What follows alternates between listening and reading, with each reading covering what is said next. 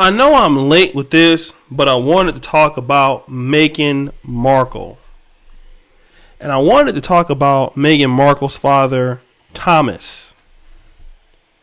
And you brothers know that this was going to come down eventually, because the comments that he made were very disturbing to many.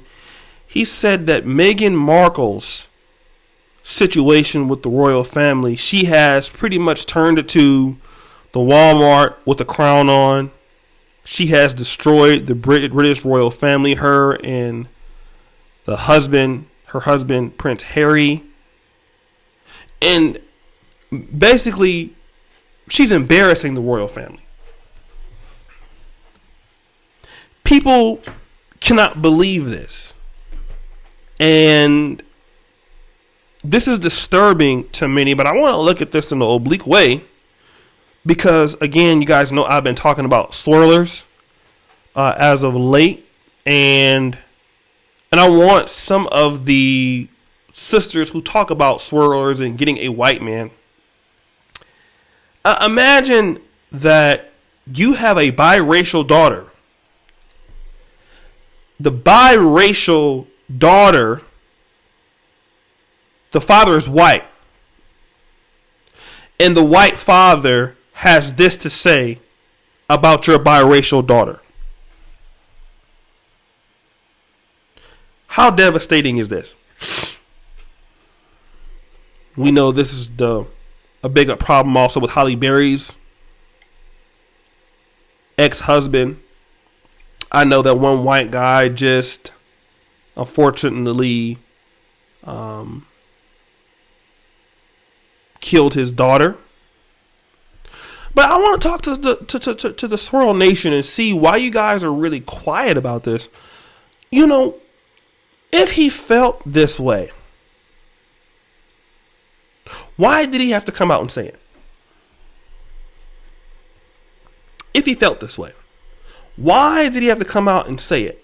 I think I can tell you why he said it. You see, because one thing that I do know about Europeans, more so than any other group, they are race loyal, okay?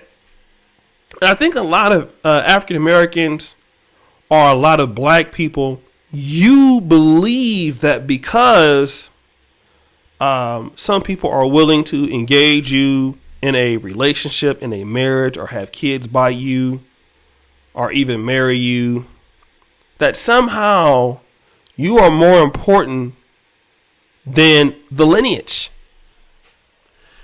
And I believe that while you don't have to necessarily be racist, I believe that, Thomas Markle, although maybe he's attracted to black women or he liked that one black woman in particular, in the end, he's proud to be white, okay? And I also believe that his daughter being black, he might love her, he might care about her, but he would have probably loved her more if she was white.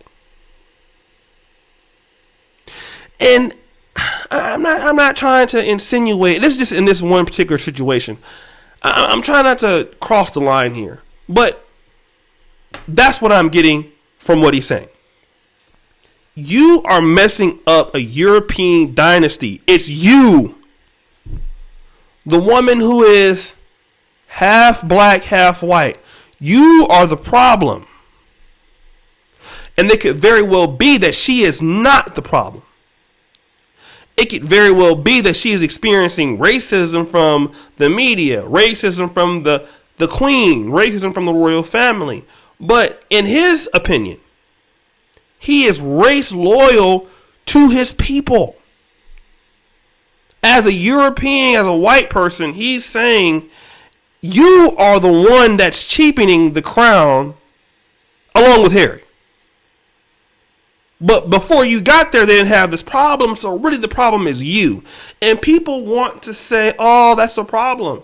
Well, I mean, if we really want to talk about this, and if you're looking for sympathy from me, you won't get it. The royal family, I mean, didn't they take Uganda? They had Kenya. They had Australia. They had Nigeria. I mean, the queen has lived as the monarch of all of these countries. She was alive when Ghana left, when Ghana became independent. She was alive when Tanzania became independent. She was alive when South Africa left. And she knew the inhumane treatment that blacks were receiving as the ruler of parts of Africa. She was the ruler of Uganda. She was the ruler of Kenya. She was the ruler of Tanzania. And she got money out of those places. And Nigeria, responsible, I would say, for some of the wars that we saw. So the royal family has put their position out on how they feel about blacks. That's always been the case. But if people want to give sympathy to her because of that, you must look at the history of the royal family and to know that they are always going to have more respect for their people than their own. And Thomas Markle is being what is on code. He's on code. And I think a lot of swirlers believe that people, because they marry you or because they're in a relation with you, they're going to stop being on code because you're with them. And what we're seeing now with his own daughter is he doesn't stick up for her. He sticks up for the race.